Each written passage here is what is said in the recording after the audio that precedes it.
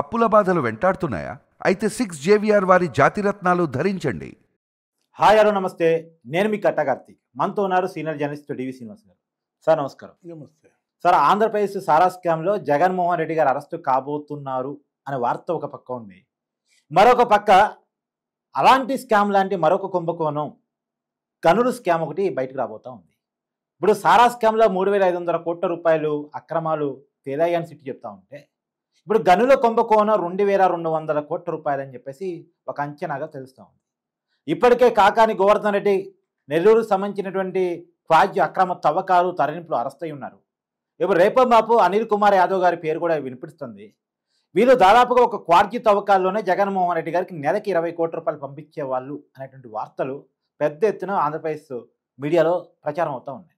దీన్ని బట్టి చూసినప్పుడు అసలు నెలకి మద్యం స్కామ్లోకి 50 కోట్లు, గనుల స్కామ్లోకి 50 కోట్లు, నెలకి ఎంత మొత్తాన్ని ఉడుపులు ఏ స్కామ్లో పోయాయి అంటే జగన్మోహన్ రెడ్డి గారు అరెస్టు జరిగితే ఈ అన్ని కేసులు చుట్టుముట్టి ఇప్పట్లో బయటికి రారు. అరెస్టు లేట్ అవుతుందేమో కానీ ఒక్కసారి అరెస్ట్ అయిన తర్వాత ఆయన బయటికి రావడం అనేది అసాధ్యమైన పని అనేటట్టు కేసులు నమోదవుతున్నాయా అంటే, డబ్బు టు ది పవర్ ఆఫ్ డబ్బు, అవినీతి టు ది పవర్ ఆఫ్ అవినీతి, అంటే అవినీతి స్క్వేర్ అన్నమాట.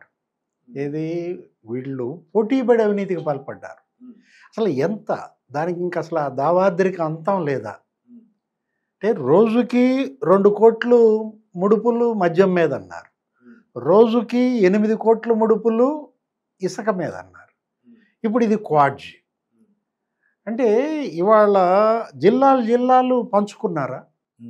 ఇప్పుడు ఇతనెవరు, అనిల్ కుమార్ యాదవ్, మొత్తం అతనికి కాంట్రాక్ట్కి ఇచ్చినట్టు నెల్లూరు జిల్లా మొత్తం అతను ఏంటి నెలకి 40 కోట్లు ఇచ్చే ఒప్పందం అంట.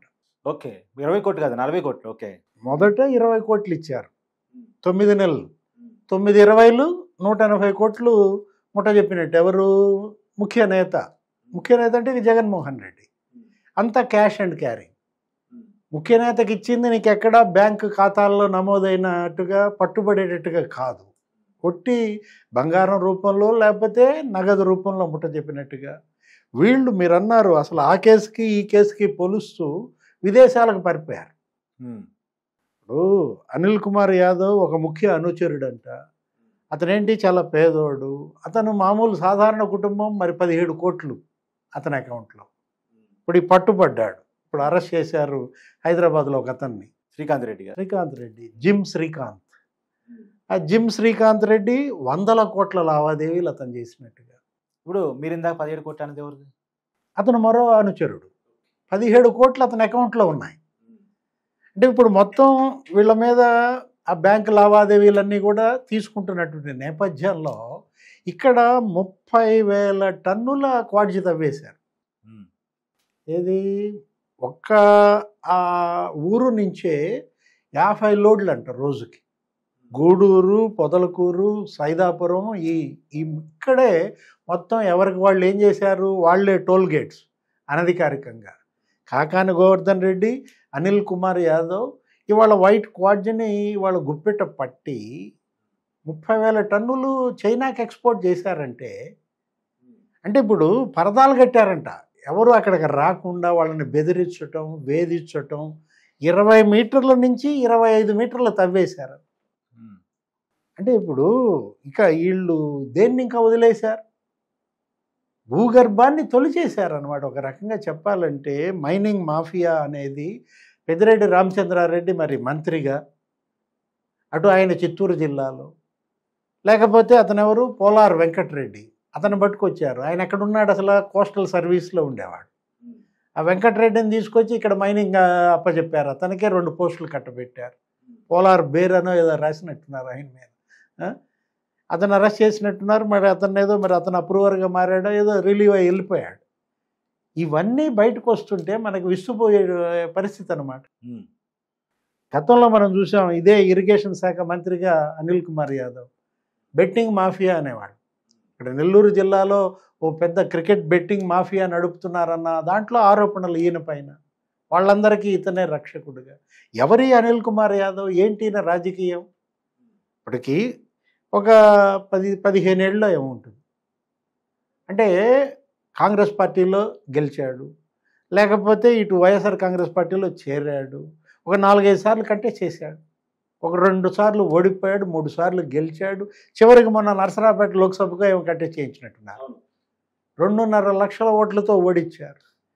అంటే అతను ఆ నోటి దూల ఏది వివాదాస్పద వ్యాఖ్యల ద్వారా అప్పట్లో మనం చూసాం. బుల్లెట్ ఏంటి దిగిందా లేదా అన్న ఏదో అన్నాడు. ఇప్పుడు దిగుతోందా బుల్లెట్? అంటే ఎక్కడున్నాడు? పరారయ్యాడా? ఉన్నాడా? ఆల్రెడీ పరారైపోతున్నారు. ఇప్పటికే పేర్నాని పరారీలో ఉన్నాడని, ఏకంగా వైసీపీ అధినేత మాజీ ముఖ్యమంత్రి జగన్మోహన్ రెడ్డి గారే పరారీలో ఉన్నాడని వార్తలు వస్తున్నాయి సార్. ఎక్కడ ఉన్నారో తెలియదు. యాక్చువల్గా ప్రతి మంగళవారం తాడేపల్లి ప్యాలెస్కి రావాలంట. ఇవాళ మనం ఈ వీడియో చేస్తున్నప్పుడు గురువారం చేస్తున్నాం. ఇప్పటికీ ఆంధ్రప్రదేశ్లో జగన్మోహన్ రెడ్డి గారు లేరు. అంటే మిథున్ రెడ్డి అరెస్టుతో ఇవాళ ఏంటి పిడుగుపడిందా? జగన్మోహన్ రెడ్డి ఎందుకని యలహంక రాలేదంటే అక్కడుండి ఆయన కేంద్రంతో మంత్రాలు పెద్దలతో చేస్తున్నాడా? ఈ ఒత్తిడి ఏ విధంగా ప్రభుత్వం పైన తేవాలి? ఇక్కడ లిక్కర్ మాఫియా ఇప్పుడేంటి ఆ సిట్ దర్యాప్తును ఎలా అడ్డుకోవాలి?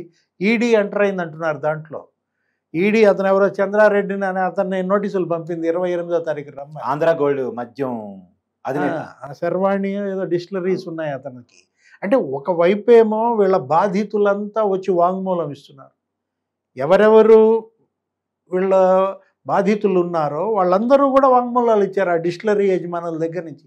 ఇప్పుడు ఇతను కూడా అదే అనిల్ కుమార్ యాదవ్ అక్రమ వసూళ్లకు పాల్పడ్డాడని అసలు మొత్తం వాళ్ళందరినీ బెదిరించి ఆ క్వారీ యజమానులందరినీ వీళ్ళు ఆ క్వారీలు ఆక్రమించి ఎంత తవ్వుతారు, ఎన్ని తవ్వుతారు? పైపెచ్చు మళ్ళీ టోల్ గేట్లు అక్కడ ఏది కృష్ణపట్నం పోర్టు, చెన్నై ఈ అక్రమ రవాణా చేస్తున్న దాంట్లో లారీలకు లారీలు, టిప్పర్లకు టిప్పర్లు తోలారంటే ఇప్పటికే అరెస్ట్ అయ్యి జైల్లో ఉన్నాడు.